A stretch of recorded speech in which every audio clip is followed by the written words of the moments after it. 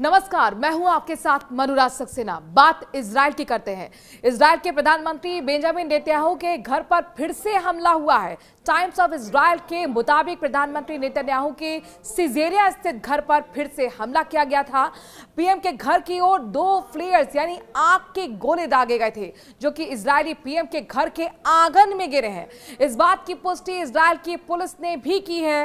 हालांकि हमला किसने किया और कहां से हुआ, इस बात की जानकारी पुलिस ने नहीं दी है। प्रधानमंत्री बेंजामिन नेतन्याहू के घर पर हमले को लेकर इजरायली सुरक्षा एजेंसियां शिन बेट ने एक बयान जारी कर कहा है कि इस घटना में किसी तरह के नुकसान होने की खबर नहीं है।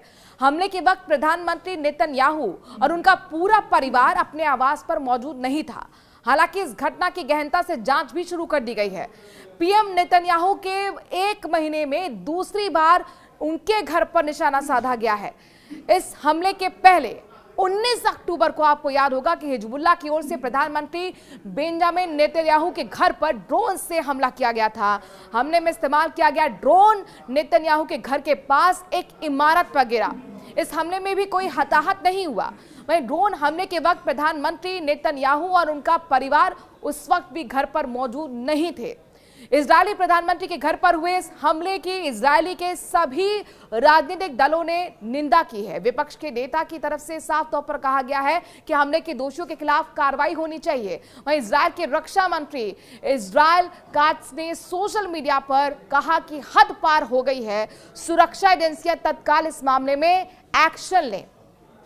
यरूशलेम पोस्ट की रिपोर्ट के मुताबिक इजरायल के रक्षा विशेषज्ञ का मानना है कि इजरायल का लंबी दूरी की मिसाइल को खत्म करने में ज्यादा मुश्किल नहीं होती है। हालांकि कम दूरी के रॉकेट, मिसाइल या फिर ड्रोन को पकड़ने में इजरायल का सुरक्षा सिस्टम नाकाम साबित हो रहा है। ये अपने आप में बड़ा सवाल है। एक और रक्षा विशेषज्ञ बताते हैं कि ड्रोन काफी कम ऊंचाई पर उड़ता है, उसमें विस्फोटक भरे होते हैं, इसीलिए उसे निशाना बनाना खतरनाक होता है और कई लोगों के लिए वो नुकसानदेह भी साबित हो सकता है।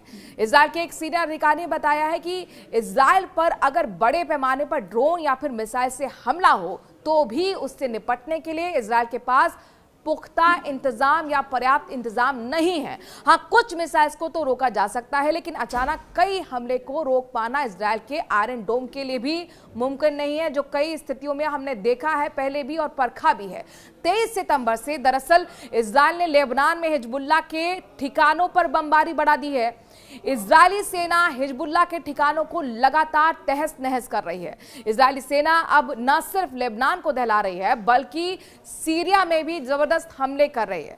इजरायली सेना सीरिया बॉर्डर पर जबरदस्त हमले कर रही है, उनके पुल को, रोड को तबाह कर रही है और इसके पीछे एक स्ट्रैटेजी है। ये वो पुल है, ये वो रोड है जिनके जरिए हिजबुल्लाह को हथियार सप्लाई होते थे।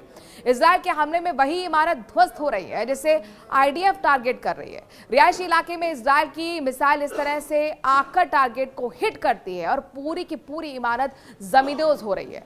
हसन नसरल्लाह की मौत के बाद हिजबुल्लाह पहले से और आक्रामक हो गया है। वो भी लगातार इजरायल को टारगेट कर रहा है और अब सीधे सीधे इजरायल के प्रधानमंत्री को टारगेट किया जा रहा है।